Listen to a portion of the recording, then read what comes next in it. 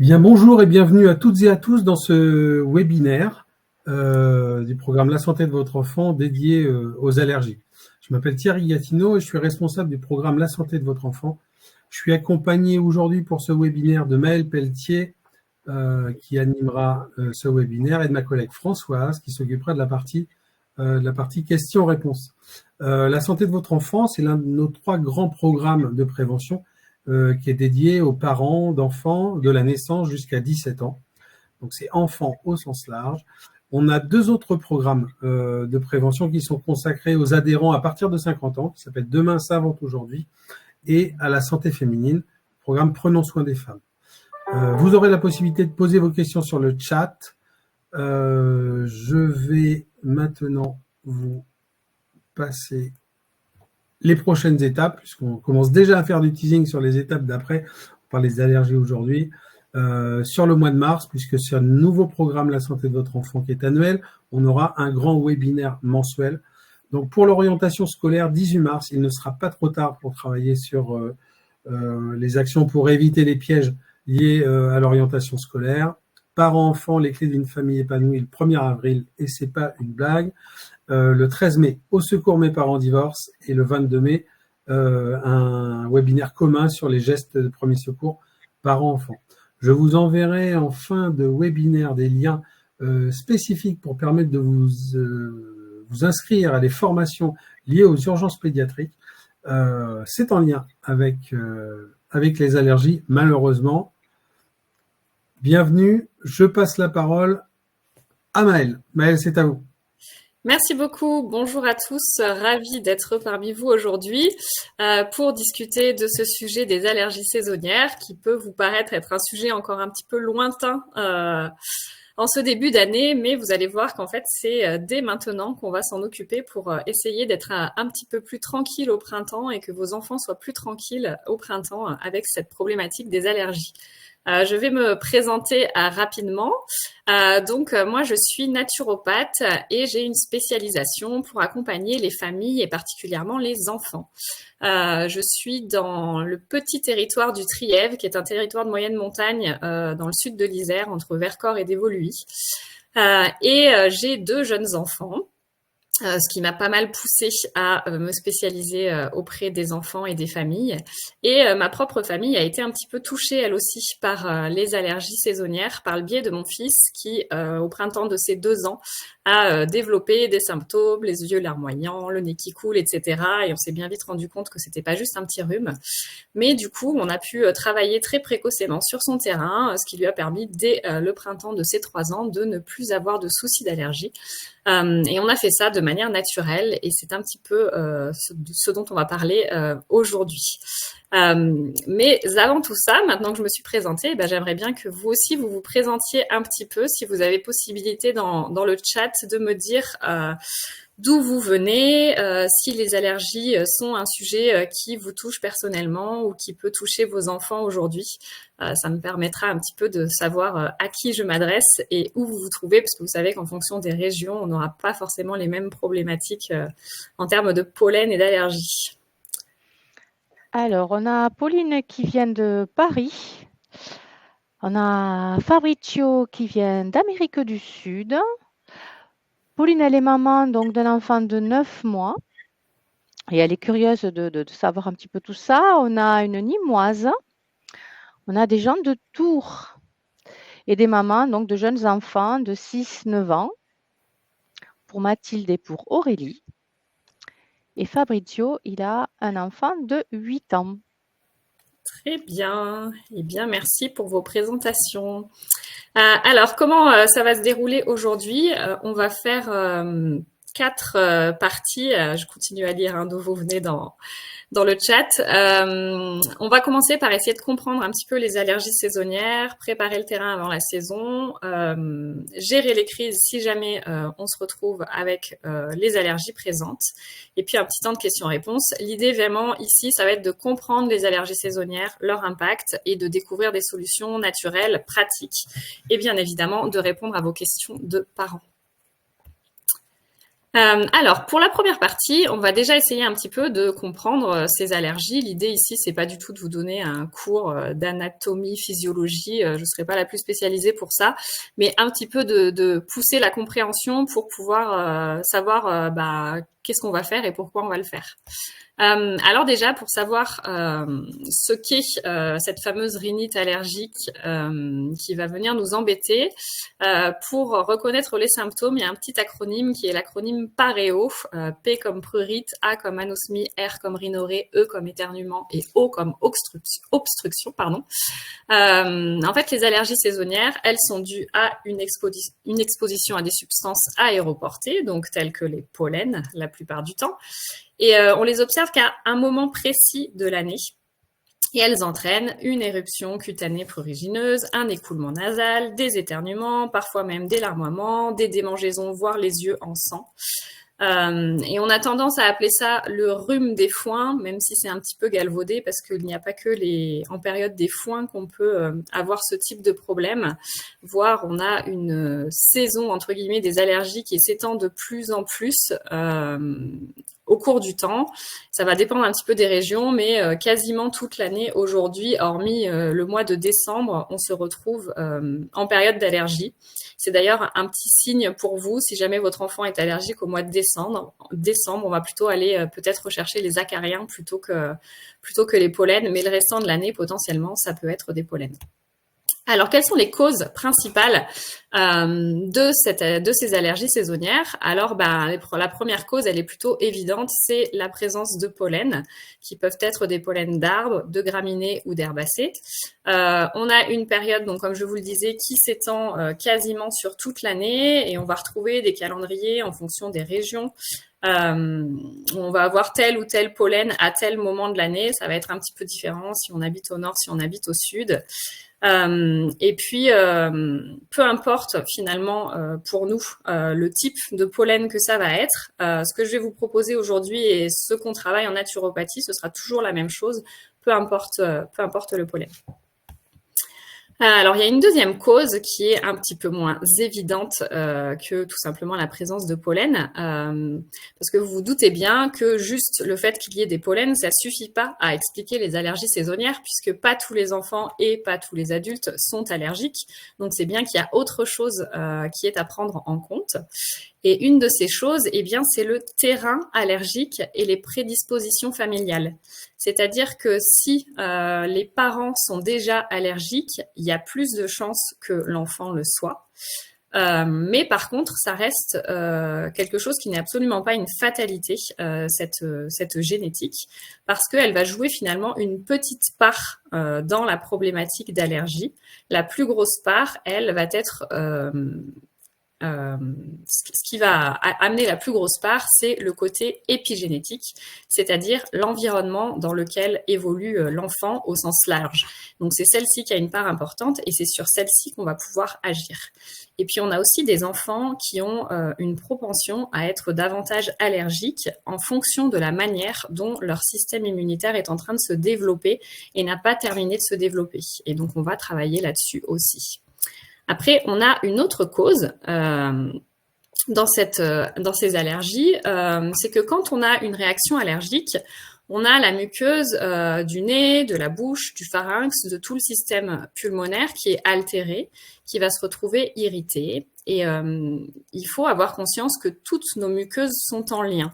L'ensemble des muqueuses de notre corps sont en lien. Donc, si une muqueuse est altérée, ne va pas très bien, c'est l'ensemble qui trinque. Et quelle est la plus grande muqueuse de notre corps? Eh bien, ce sont les intestins, la muqueuse intestinale.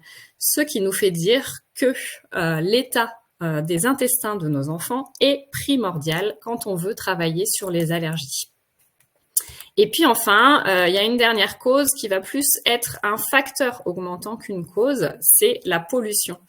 Alors la pollution de l'air extérieur, puisque les particules, elles vont venir irriter encore plus nos muqueuses et donc être un facteur augmentant, mais ça va aussi être la pollution de nos airs intérieurs directement dans nos maisons. Donc il va falloir s'occuper un petit peu des deux, bien qu'on n'ait pas forcément d'emprise sur la pollution extérieure, on va avoir de l'emprise potentiellement sur la pollution dans nos maisons.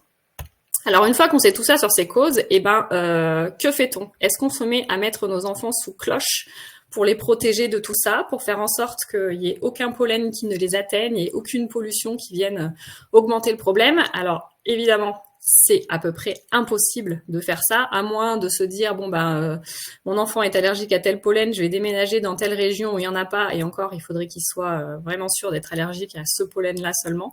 Donc, on voit bien que c'est pas possible de faire ce genre de choses. Par contre, on peut travailler sur le renforcement du système immunitaire, de la barrière intestinale et l'équilibre global pour l'amener à mieux tolérer ces pollens.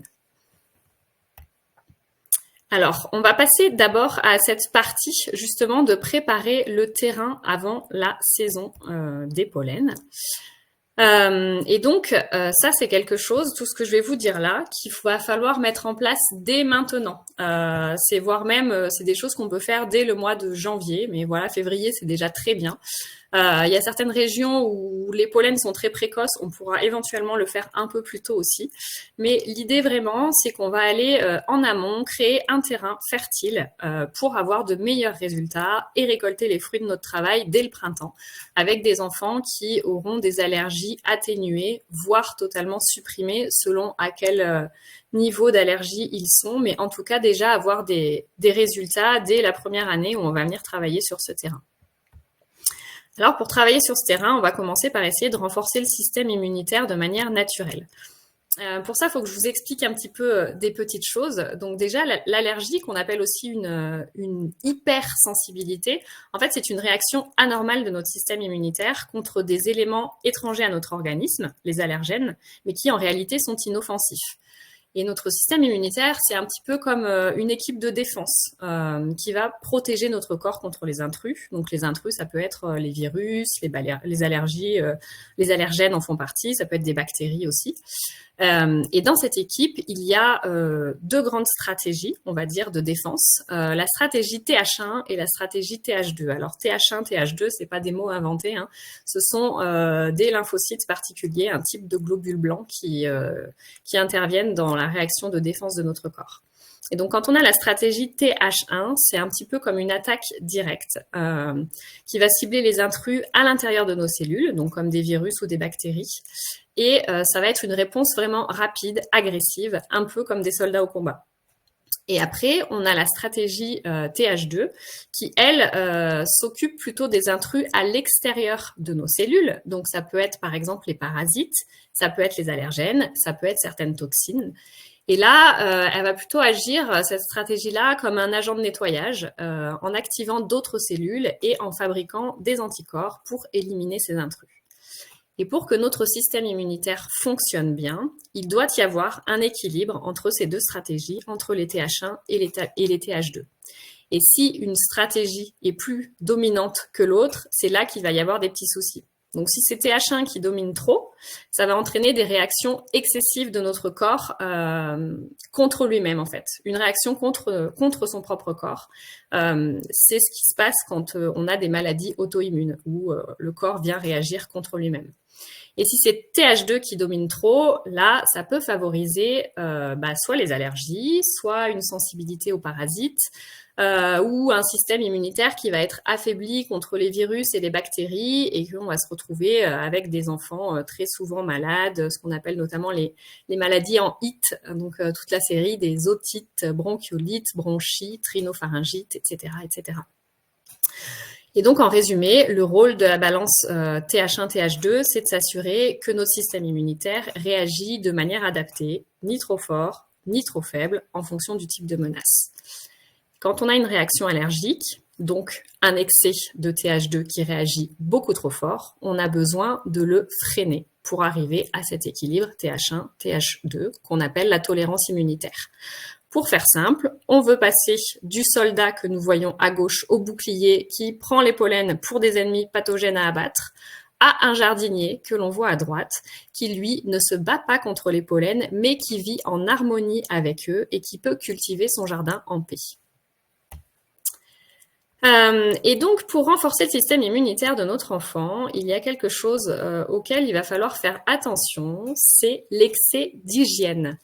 En fait, pour le bon développement du système immunitaire, les enfants ont besoin d'être exposés aux poussières, aux pathogènes, à une diversité microbienne importante.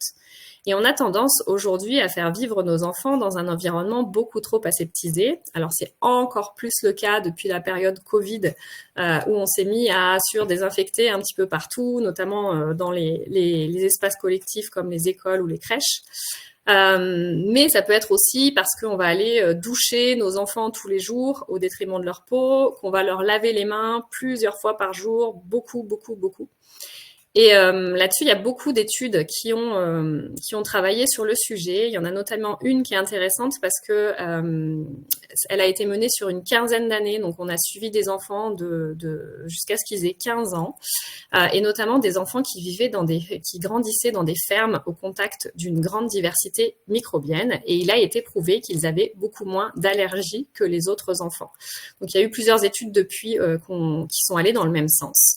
Donc, qu'est-ce que ça nous fait dire ça? Eh bien, qu'il faut au maximum que vous laissiez vos enfants jouer dehors, se salir. Emmenez-les, si vous le pouvez, régulièrement à la campagne dès le plus jeune âge. Mettez-les au contact des animaux, allez visiter des fermes, etc.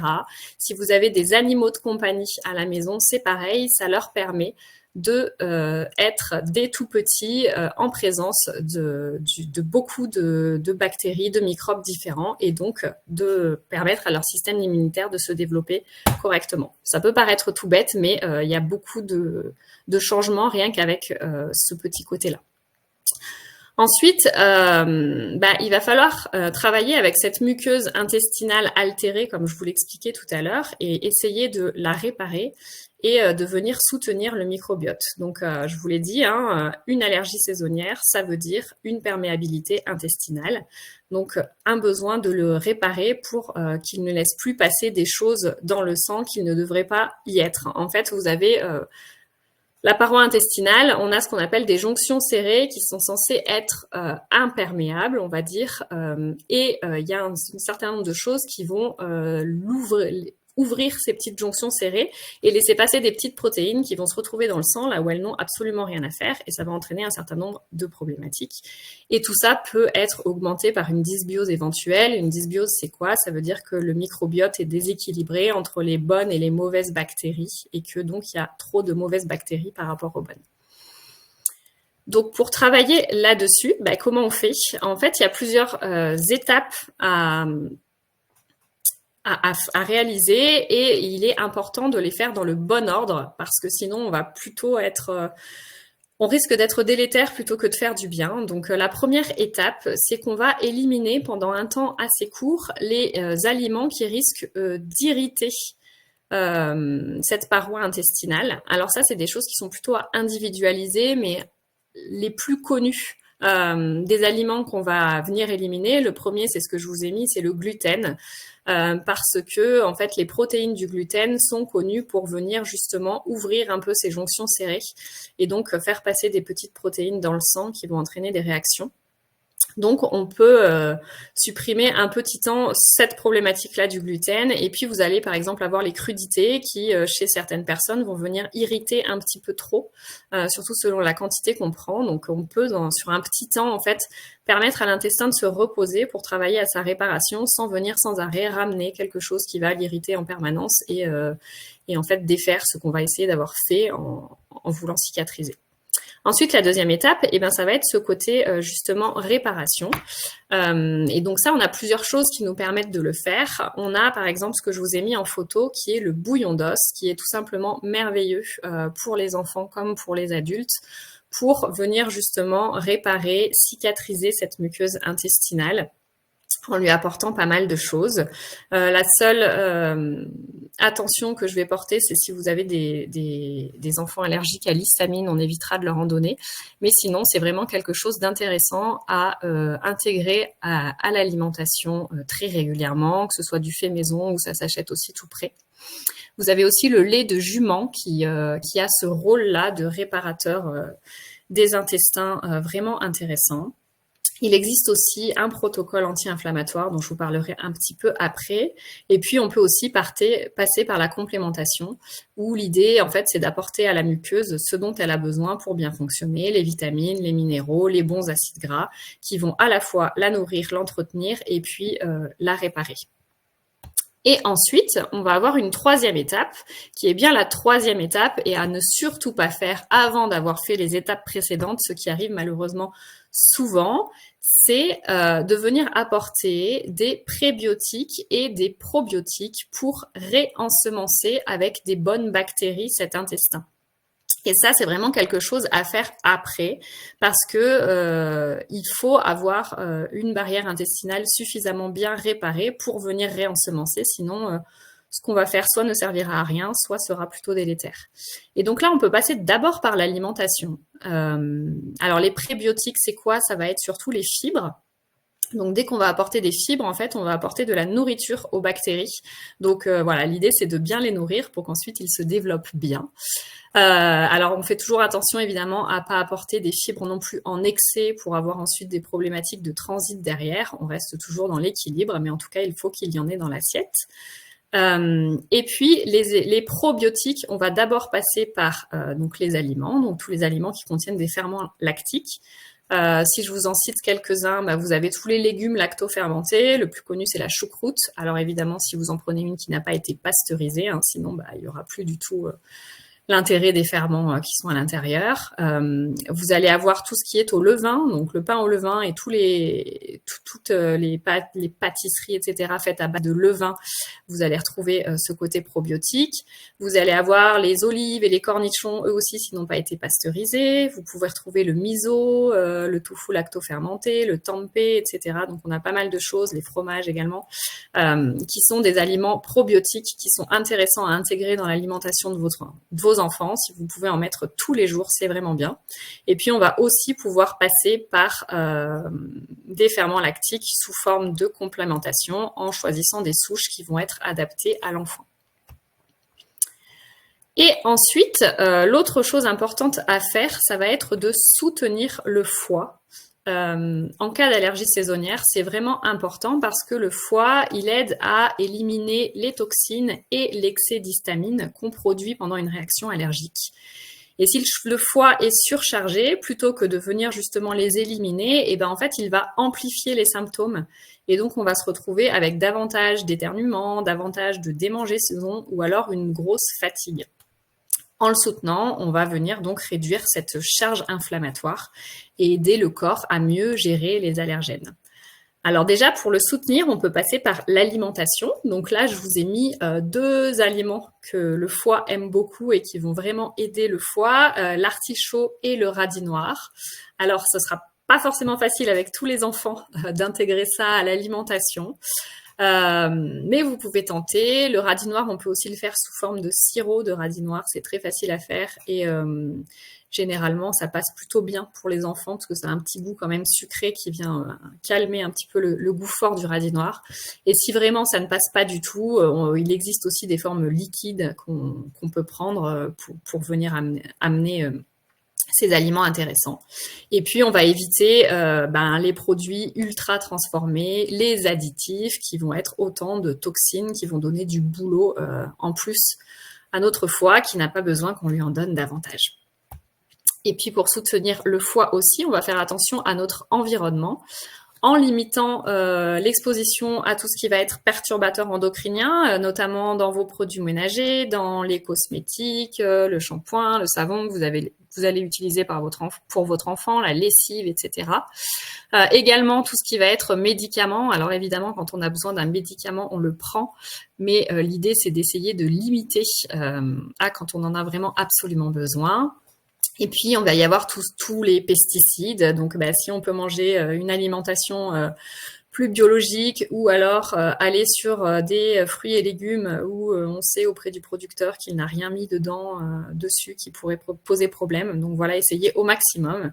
Et puis, toutes les toxines diverses et variées qu'on peut retrouver dans notre environnement. Là, je vous ai mis une petite poils anti-adhésives en photo. Je suppose que vous avez tous entendu parler des PFAS, ces polluants éternels, etc. Donc voilà, faire attention un petit peu à tout ce qu'on a dans notre environnement quotidien à la maison qui pourrait donner du travail supplémentaire au foie. Et enfin, une autre petite astuce pour venir soutenir le foie, c'est d'utiliser une bouillotte chaude que l'on va venir positionner sur le foie. Alors on peut le faire par exemple après les repas. Et ça va venir en fait l'aider dans son travail en apportant de la chaleur qui va faire une montée de sang au foie qui va lui permettre d'être mieux irrigué, de mieux travailler. Donc voilà, c'est un petit geste tout bête qui coûte rien du tout mais qui peut rapporter gros. On va également passer par l'alimentation pour travailler ce terrain et notamment en apportant une alimentation brute, variée et réellement nourrissante. Et on va pouvoir favoriser les aliments qui sont riches en quercétine parce que la quercétine est un antihistaminique naturel. Et d'ailleurs, les études ont montré qu'elle était plus efficace que les antihistaminiques médicamenteux, donc vraiment à ne pas négliger si vous pouvez en mettre dans l'alimentation de vos enfants. Donc évidemment, l'aliment le plus riche en quercétine que l'on connaît bien, c'est l'oignon, mais vous allez aussi en retrouver dans les choux, les capres, les pommes, certaines baies également. Donc ne vous en privez pas, mettez-en dans l'alimentation de vos enfants. On va ensuite avoir les oméga 3 qui ont une grande importance et surtout les oméga 3 EPA DHA qui sont des oméga 3 sous forme marine qu'on va retrouver donc dans les produits animaux ou les algues. Et donc notamment les aliments les plus riches sont les petits poissons gras. Donc vous avez sardines, maquereaux, harengs, anchois qu'il faudrait consommer 2 à 3 fois par semaine pour avoir un petit peu son taf d'oméga 3 dans l'alimentation. Pourquoi c'est important? Eh bien parce que l'allergie, c'est une inflammation. Et pour faire très simple, dans la famille des oméga, on a les oméga 6 qui sont plutôt inflammatoires et les oméga 3 qui vont être plutôt anti-inflammatoires. Alors on a quand même besoin de ces oméga 6, notamment les enfants en ont besoin pour leur construction cérébrale, donc l'idée c'est pas de les supprimer complètement, mais le problème c'est que dans notre alimentation moderne, on a vraiment un ratio aujourd'hui totalement déséquilibré entre les oméga 6 et les oméga 3. Pour vous donner une idée, l'OMS recommande un ratio santé qui serait de 4 oméga 6 pour 1 oméga 3 pour les adultes. Pour les enfants jusqu'à 10 ans, on est plutôt à 5 oméga 6 pour 1 oméga 3. Et aujourd'hui, la moyenne européenne, c'est plutôt 15 oméga 6 pour 1 oméga 3.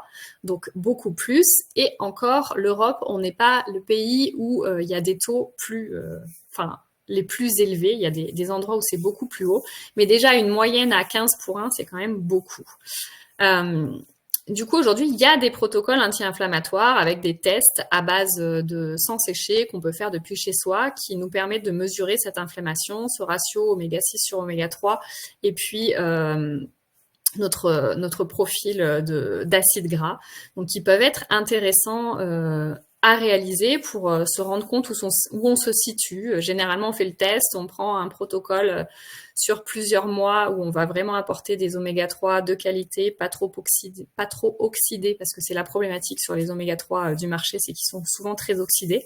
Et puis, on se retrouve à la fin à refaire un test pour voir si on est bien retourner aux normes de santé.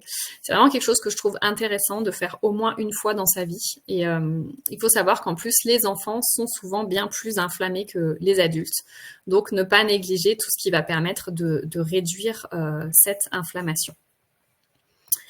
On va également, essayer d'éviter tout ce qui va inflammer et emballer davantage le corps de nos enfants dans l'alimentation. Et donc là, on a notamment le sucre qu'on va essayer de limiter. Alors, quand on pense sucre, évidemment, on pense sucreries, gâteaux, etc. Mais les glucides, en règle générale, ça peut aussi être tout simplement toutes les céréales, pâtes, etc. Alors, évidemment, on ne va pas les supprimer de l'alimentation. C'est absolument pas l'idée, mais toujours de faire attention à ce que ça ne soit pas en excès dans l'alimentation de nos enfants. Et puis après, on va avoir tout ce qui est mauvais gras, c'est-à-dire les graisses trans. Les graisses trans, c'est quoi? C'est en fait des graisses qui ont été modifiées par l'industrie finalement pour correspondre à des standards dont ils avaient besoin. Et ça peut aussi être des graisses qu'on a trop chauffées. Je vais vous donner l'exemple de l'huile d'olive, par exemple, qui est en soi très très bonne pour la santé. Sauf que si votre huile d'olive, vous la faites dépasser entre 160 et 180 degrés, donc, par exemple, quand votre poêle se met un petit peu à fumer ou que les aliments que vous mettez dedans crépitent, eh bien, c'est déjà trop chaud. Et là, du coup, il y a une transformation de l'huile d'olive qui la rend telle qu'une graisse trans, finalement. Et du coup, elle va être délétère, alors que de base, c'était un aliment très bien. Donc voilà, faire attention à ces graisses trans, aux aliments ultra transformés en règle générale. Et puis après, on va pouvoir aussi passer par la complémentation pour travailler sur le terrain en apportant ce dont le système immunitaire a besoin. Donc on passera toujours d'abord par l'alimentation, mais c'est vrai que parfois dans l'assiette d'un enfant, on ne va pas pouvoir apporter tout ce qu'il faudrait, soit parce que ça peut être un enfant sélectif, soit parce que c'est un enfant qui n'assimile pas très bien. Et donc, du coup, on va parfois manquer de certaines choses. Les choses qui sont vraiment importantes là, dans les cas d'allergie et pour le système immunitaire, ça va être les vitamines A, B6, B9, B12, la vitamine C, la vitamine D, la vitamine E, et puis des minéraux comme le fer, le zinc, le cuivre, le magnésium et ce que je vous ai dit juste avant, les oméga 3, EPA, DHA. Donc voilà, en règle générale, on commence par l'assiette, on complémente si besoin. Après, il y a des choses quand même où aujourd'hui, ça va être difficile de faire autrement que la complémentation. C'est la vitamine D et les oméga 3. La vitamine D parce que sous nos latitudes, on a quand même beaucoup de mal à en synthétiser suffisamment. Et c'est vrai que les enfants, souvent votre pédiatre vous le donne jusqu'à 2 ans. Après, pas forcément, mais c'est quand même intéressant d'en discuter avec lui pour continuer à en donner au moins pendant la période hivernale. Et les oméga 3 quand il n'y en a pas suffisamment dans l'alimentation.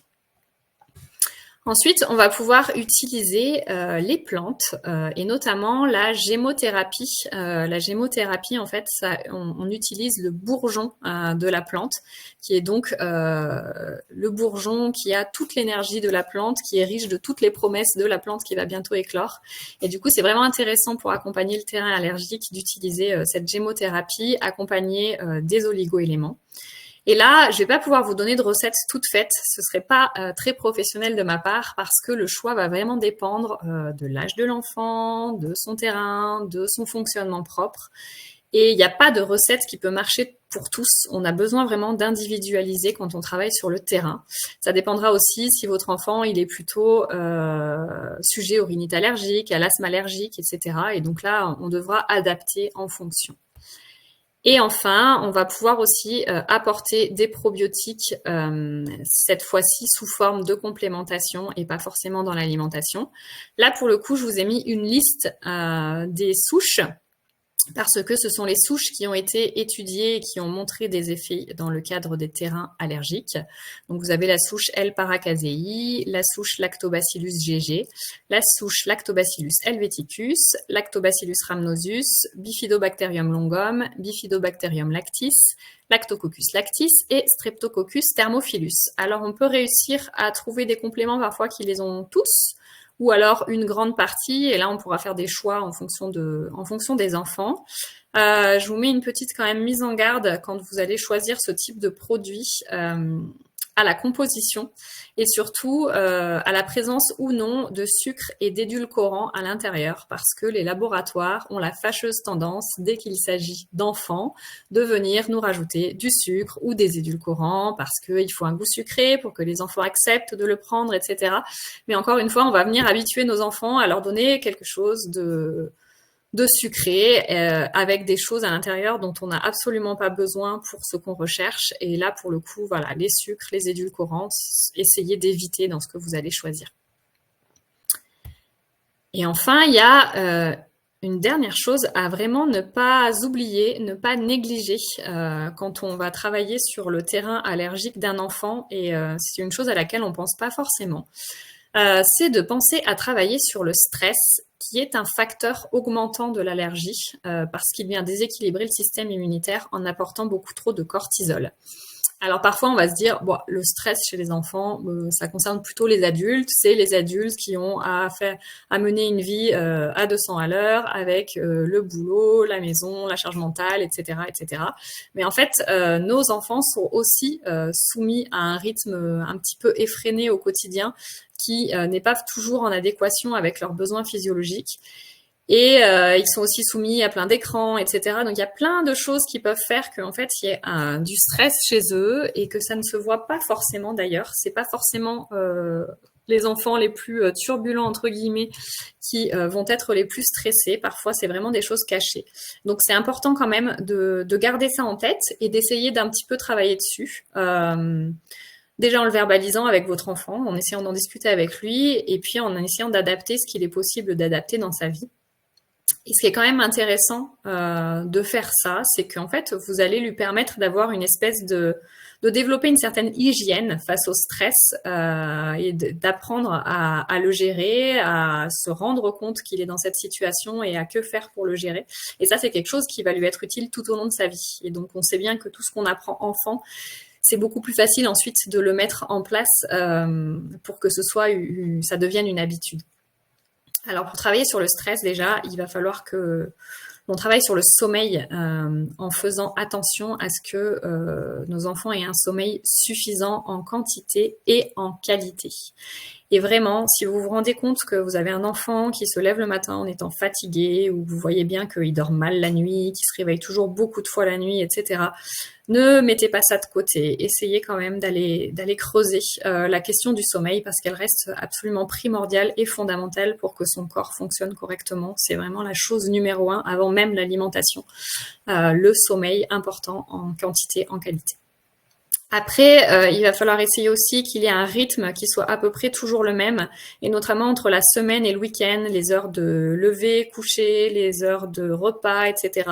Alors bon, ça peut être, voilà, s'il se couche une demi-heure plus tard, voire une heure plus tard le week-end, c'est pas dramatique.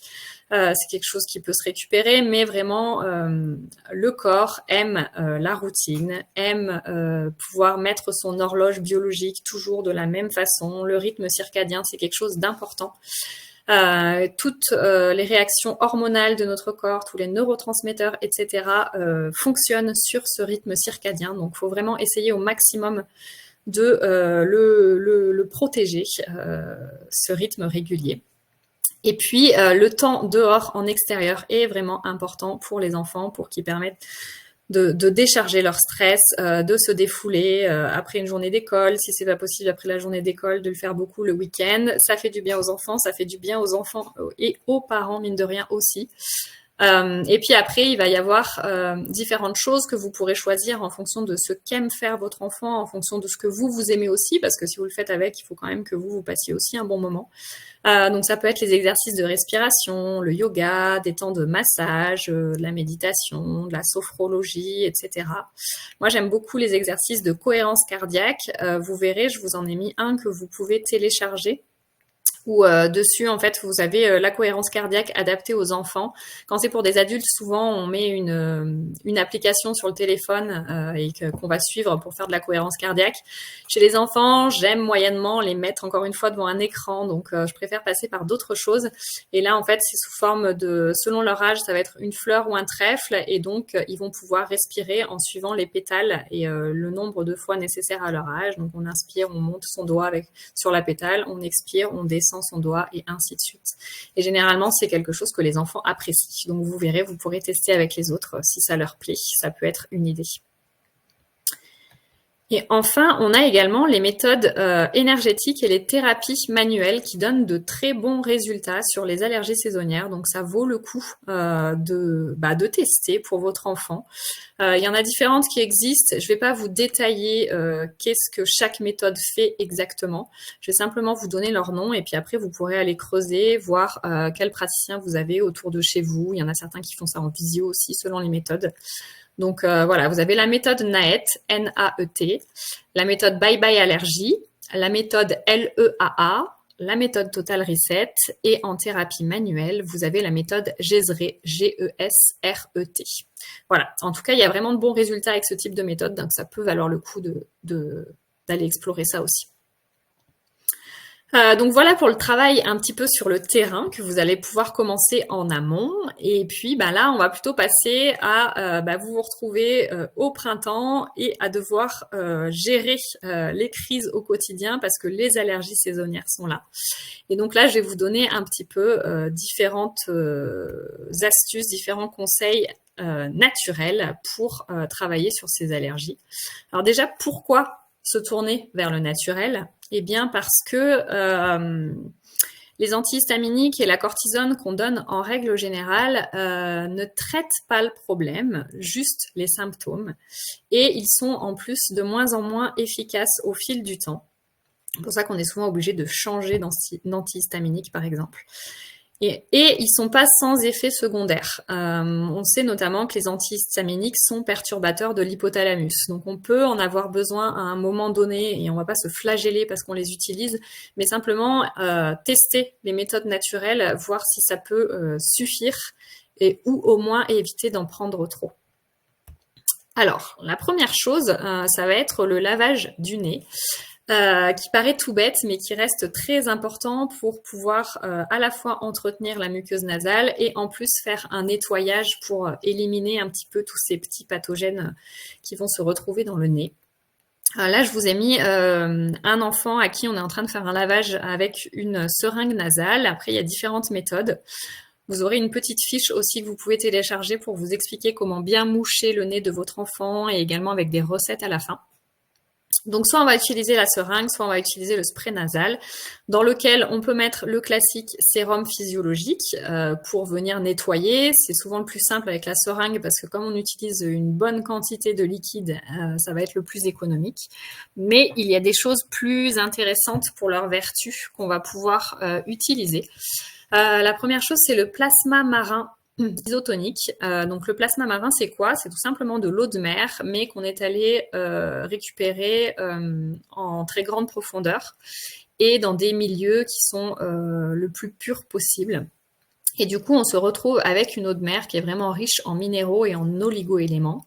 Et c'est ça qui est intéressant parce qu'en fait, ça va venir entretenir la muqueuse nasale, lui apporter ces minéraux, ces oligo-éléments dont elle a besoin pour bien fonctionner. Donc, ça va faire double emploi. On va à la fois nettoyer et en plus venir entretenir. Et puis, la deuxième chose qu'on va pouvoir faire, c'est de se faire un spray nasal avec des hydrolats. Donc, les hydrolats, c'est issu des plantes. En fait, quand il y a une distillation pour réaliser de l'huile essentielle, on a d'un côté les huiles qui vont faire les huiles essentielles et puis il va rester une espèce d'eau qu'on appelle parfois eau florale, donc qui est l'hydrolat et qui, malgré tout, garde de nombreuses vertus et qui a le gros avantage d'être à la fois quand même moins puissant que les huiles essentielles, moins onéreuses aussi et toutes quand même avec une grande efficacité très intéressante pour les enfants. Vous aurez beaucoup moins de contre-indications aussi, donc vous pouvez y aller sereinement. Et là, vous retrouverez dans le fichier la recette, mais vous pouvez faire un mélange à part égale avec de la camomille matricaire, du géranium rosa et de la lavande fine.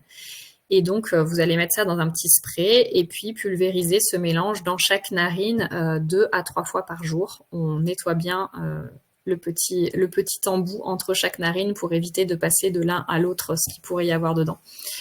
Et puis, pensez aussi quand même, même si ça, c'est des choses qu'on recommande souvent, donc généralement, on le sait, mais quand on rentre, quand l'enfant rentre de l'extérieur, à changer les vêtements, à le doucher, laver les cheveux, parce que les pollens peuvent avoir pu s'accrocher et du coup rester et l'embêter encore alors qu'il est rentré à la maison. Donc voilà, ça, c'est des petites mesures d'hygiène à faire un petit peu au quotidien. Ensuite, on va avoir des remèdes naturels qu'on peut amener grâce aux plantes. Et là, du coup, pour le coup, je peux vous donner une recette parce que là, on est vraiment en train de lutter contre un symptôme. On n'est pas en train de travailler sur un terrain. Donc, du coup, là, les plantes que je vais vous donner travailleront sur le symptôme. Et là, notamment, on peut aller utiliser le bourgeon de cassis et le bourgeon de plantain. Donc, soit on les achète séparément et puis on fait son propre mélange dans le verre de l'enfant, soit on peut acheter un cantis où on va faire le mélange directement. Là, vous vous référez aux posologies qui sont indiquées dessus. Hein. Ce sera la posologie classique. C'est généralement en fonction du poids de l'enfant ou en fonction de l'année d'âge, si c'est un petit ou un plus grand. Pourquoi ces plantes-là? Eh bien parce que le cassis, il va venir travailler sur l'inflammation. C'est un inhibiteur de l'histamine et puis il va renforcer aussi la résistance à un environnement défavorable. Donc c'est vraiment un petit bijou de la gémothérapie, le bourgeon de cassis, qui est très intéressant. Et puis on l'associe donc au plantain qui lui va venir adoucir tout ce qui gratte, tout ce qui irrite. Donc vraiment là, on est dans le sujet pour les allergies saisonnières. Donc ce petit mélange cassis-plantain auquel on va pouvoir venir ajouter à nouveau de la quercétine, cet antihistaminique naturel. Et là, pour faire très simple, vous pouvez tout simplement utiliser des oignons et faire un sirop d'oignon en venant mettre du sucre avec des tranches d'oignon. Ça va vous faire un petit liquide que vous garderez au frigo et vous pouvez en donner un petit peu à votre enfant tous les jours. Et vous pouvez aussi directement utiliser un oignon que vous allez couper et placer dans sa chambre pour le mettre juste en dessous du lit, juste au-dessus selon la configuration de la chambre, pour qu'il puisse venir respirer cet oignon un petit peu toute la nuit. Ça va notamment être vraiment aidant quand on va avoir un nez qui coule beaucoup, les yeux qui coulent, etc. Ça va vraiment venir le soulager et l'aider à passer une bonne nuit. Alors oui, je vous confirme que ça va sentir l'oignon dans la chambre et que c'est pas très agréable, mais ça, par rapport à une bonne nuit de sommeil, bon voilà, chez moi le choix est vite fait. Après, vous verrez ce que vous êtes capable de supporter. Ensuite, on va avoir autre chose. Ce sont les œufs de caille. Qui sont aussi des antihistaminiques naturels et qui sont intéressants. Alors, soit vous les trouvez en version fraîche, et là, il va falloir gober l'œuf de caille cru. Mais du coup, il faut vraiment avoir un bon filon pour en avoir des très frais et en avoir très régulièrement parce que ça se gardera pas pour bien les avoir frais. Mais par contre, il existe des versions lyophilisées à sucer et donc ça peut être intéressant parce que c'est plutôt facile à prendre, de faire une petite cure de 3 semaines par exemple d'œufs de caille lyophilisés que vous ferez prendre tous les jours à vos enfants.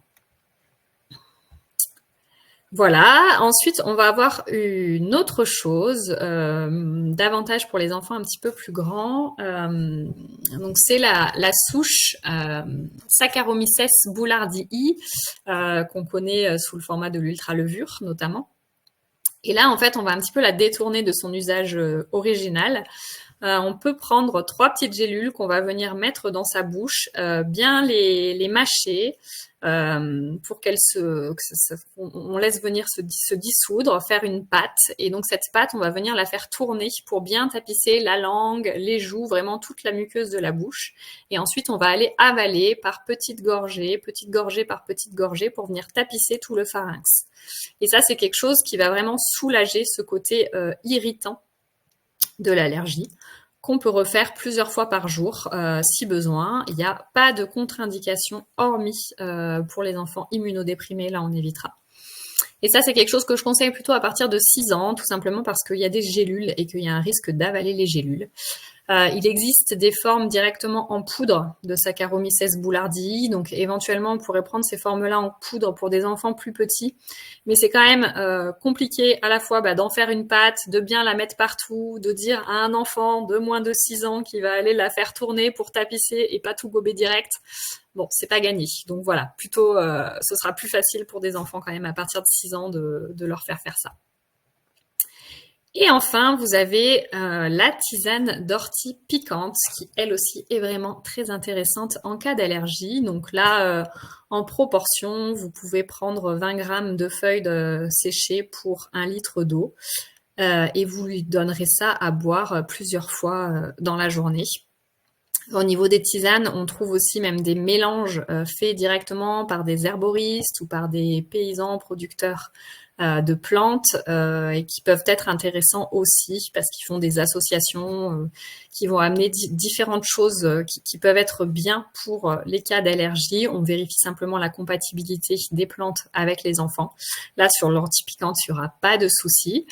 Vous pouvez y aller sans problème et simplement vous rappeler que pour faire une tisane, d'autant plus quand on utilise des plantes de qualité, si on veut bien respecter la plante, on va commencer à froid. Donc vous mettez dans votre casserole l'eau froide, les feuilles séchées, vous couvrez, vous montez à ébullition et puis là vous allez laisser un petit peu infuser, mais toujours vraiment à couvert parce qu'en fait quand la plante va être au contact de l'eau chaude, elle va en fait faire sortir ses effluves aromatiques, ses huiles essentielles, et si vous n'avez pas de couvercle, en fait, ils vont partir, et donc vous ne pourrez pas en profiter en buvant votre infusion. Donc en laissant le couvercle, ça vous permet quand même de les garder au maximum. Et donc voilà, vous pouvez donner ça plusieurs fois dans la journée. Il y a certains enfants qui n'aiment pas forcément le goût de l'ortie piquante, bien que ce soit pas un goût très fort, mais voilà, si ça passe pas, vous pouvez le mélanger avec une autre plante qu'il aimera bien, qui donnera un petit goût. Ça peut être la menthe, ça peut être d'autres choses, simplement pour venir apporter un petit goût en plus. Donc voilà dans les différentes propositions que j'avais à vous faire sur les solutions naturelles pour accompagner ces allergies. Et là, je vous propose qu'on passe à ce petit temps questions-réponses où je vais essayer de répondre au mieux aux questions que vous pourriez avoir. Alors, il y a pas mal de questions qui ont été posées sur le chat. Donc, on revient un petit peu au début de la présentation. On parlait d'éviter le gluten sur la première partie. Oui. Et quels sont les produits sans gluten? Gladys se posait la question puisque les enfants mangent pas mal de pâtes, de pain. Donc, qu'en est-il comme produit existant? Et est-ce que les flocons d'avoine contiennent du gluten? Alors, sur les deux choses, donc les produits sans gluten, en fait, dans les céréales qui ne contiennent pas de gluten, les plus connus, on va retrouver le riz, le quinoa, le sarrasin, qui n'en contiennent pas. Alors pour le coup, donc du coup, je vais répondre tout de suite pour l'avoine. L'avoine contient un tout petit peu de gluten, mais c'est des traces de gluten. Du coup, si on est sur quelqu'un qui a une maladie cœliaque, qui doit surtout pas en prendre, on évitera. Là, dans ces cas-là, on peut le laisser parce que c'est vraiment limité. Donc on peut compter l'avoine. Après, évidemment, faut pas oublier tous les féculents qui ne sont pas des céréales, donc les pommes de terre, les patates douces, la courge, etc. En fait, on a quand même pléthore de choix. Le pain sans gluten, ça existe aussi. Alors attention par contre, parce que souvent les pains sans gluten dans les supermarchés, en fait, on met 15 000 farines différentes pour arriver à une texture qui ressemble. On rajoute du sucre, on rajoute tout un tas de choses, et donc ce sera pire que mieux, hein, même si c'est à faire sur une courte durée. Donc voilà, on trouve soit des pains sans gluten, type dans les magasins bio, on peut le faire soi-même. Vous pourrez aller regarder sur mon compte Instagram, j'ai une recette de levain sans gluten et de pain au levain sans gluten, ça c'est possible.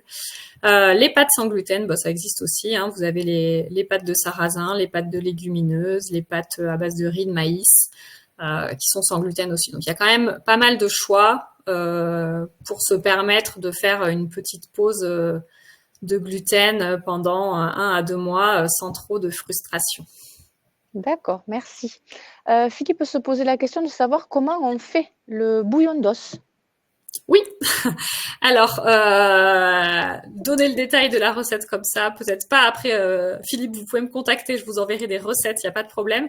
Mais pour vous expliquer un petit peu rapidement, en fait, on va donc utiliser des os. Donc, ça peut être, par exemple, la carcasse d'un poulet qu'on a déjà mangé ou des morceaux peu intéressants, style juste des ailes de poulet, des choses comme ça, ou d'autres viandes. On peut aller chercher des os à moelle, on peut aller chercher tout un tas de... L'intérêt, c'est qu'il y ait en fait de la gélatine et de l'os, et on va venir cuire ça dans un bouillon de légumes et d'aromates pendant de longues heures, et en fait, ça va permettre de complètement ouvrir en fait ce qu'il y a à l'intérieur de l'os et de faire sortir notamment le collagène. Il y a énormément de collagène dans le bouillon d'os, et donc c'est ça en fait qui va venir réparer l'intestin. Donc c'est pas du tout difficile à faire. Par contre, ça prend énormément de temps de cuisson parce qu'il faut le laisser au moins 3 heures, voire plus. On peut aller jusqu'à 12 heures de cuisson sur un bouillon d'os. C'est là que vous avez la petite astuce de la marmite norvégienne qui peut être très intéressante si vous le faites maison pour vous permettre de réduire le temps de cuisson et d'utiliser beaucoup moins d'énergie. Donc voilà, grosso modo, comment ça se fait. On trouve pas mal de recettes. Hein. Si vous cherchez bouillon d'os sur le net, vous en trouverez pas mal. Si vous voulez que je vous en donne, je vous en donnerai aussi sans problème.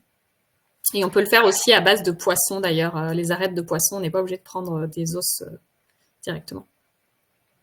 Merci. Virginie demandait si l'extrait de pamplemousse pouvait être utile pour son enfant s'il est allergique.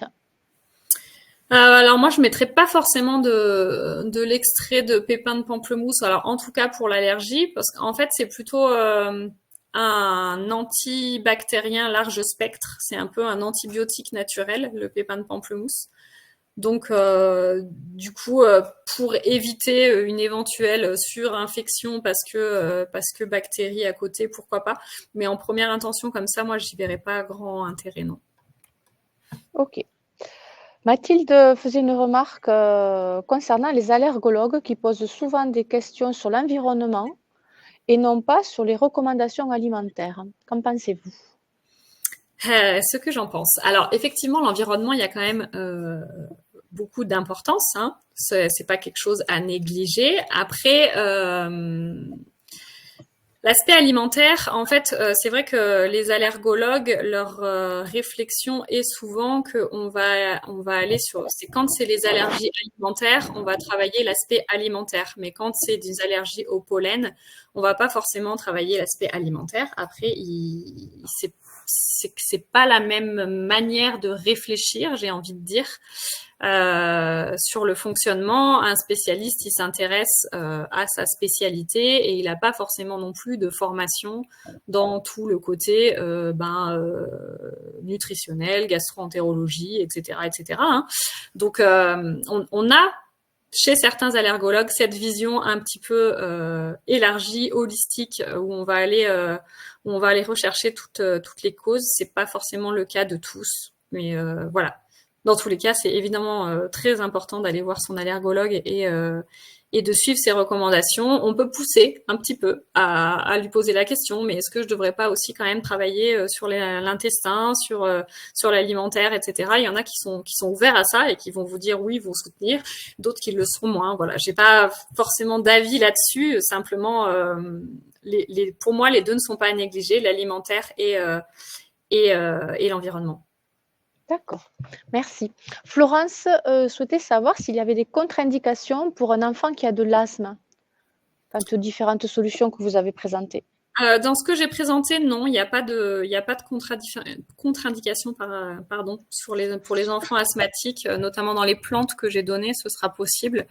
Après, par contre, c'est vrai que quand un enfant est asthmatique, on va aller aussi amener en plus d'autres choses. Mais non, il n'y a pas. D'accord.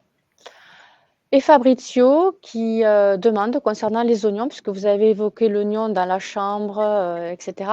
Manger des oignons cuisinés ainsi que l'odeur de l'oignon pendant la cuisson peut-il aider l'enfant? Oui. Oui. La quercétine, c'est pas quelque chose qui disparaît à la cuisson et l'odeur, c'est notamment le soufre en fait qui vient aussi aider. Donc oui, en mettre dans l'alimentation, que ce soit le fait de le sentir, de l'avoir près de soi ou de le manger, il y aura un effet dans les deux cas, ouais. Très bien. Ben, merci Maëlle. Je pense avoir fait le tour de l'ensemble des questions qui ont été posées sur le chat. Eh bien, très bien, c'est parfait. Du coup, je vous ai mis là une petite dernière slide pour vous montrer où est-ce que vous pouvez me retrouver, que ce soit sur les réseaux sociaux, sur mon site internet pour les consultations également, et puis sur la plateforme A2Kid qui a le site internet s'appelle Défi Parents et sur lequel je donne régulièrement des ateliers, des conférences. Et du coup, peut-être Thierry vous le redira juste après, mais donc en téléchargement, vous avez les deux petites fiches dont je vais parler pendant le webinaire qui peuvent vous apporter des choses en plus. Exactement. J'ai essayé de l'expliquer. Merci Maëlle déjà pour cette intervention. J'ai une technique pour les oignons. Les oignons rouges sont un peu moins agressifs que les autres oignons. C'est vrai. Voilà. Donc, essayez avec les oignons rouges, on peut même les manger crus. Donc ça, c'est la petite technique supplémentaire. Merci pour cette participation. On voulait juste vous remercier tous d'avoir participé, d'avoir été très actifs sur ce sujet. Je vous ai mis en lien encore un bonus par rapport aux documents que vous pouviez télécharger. qui est la possibilité de s'inscrire à une formation qui est dispensée par un professionnel et qui permet d'apprendre à réagir face aux urgences pédiatriques. Inscrivez-vous, je vous ai mis le lien pour le calendrier pour pouvoir vous inscrire. C'est les mardis et les jeudis, je crois, à 13h et à 15h. Ça commence au mois de mars, donc n'hésitez pas à le faire. Je vous ai pas indiqué, a priori, il n'y a pas eu de souci pour récupérer les documents au niveau du petit bouton Apps qui se trouve en bas à droite de votre présentation. 13h30. Nous allons devoir nous séparer. Merci Françoise pour cette gestion des questions-réponses très bien faite parce qu'il y a eu quand même pas mal de questions et tu as dû faire le... Et puis, donc, inscrivez-vous et on vous donne rendez-vous le mois prochain. Ce sera pour l'orientation scolaire. Et merci encore Maëlle. Voici le moment où on va se séparer. Merci à vous. Merci beaucoup et au revoir à tout le monde. À la prochaine fois. Au revoir.